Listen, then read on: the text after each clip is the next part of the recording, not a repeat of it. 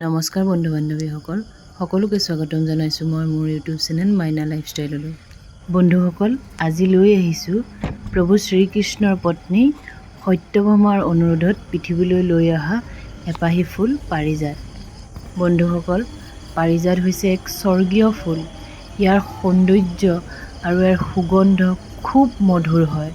প্ৰবাদ মতে প্ৰথম অৱস্থাত এই পাৰিজাত ফুল হিমালয় অঞ্চলত পোৱা গৈছিল। পাৰিজাত ফুল সদায় ৰাতিয়ে ফুলে।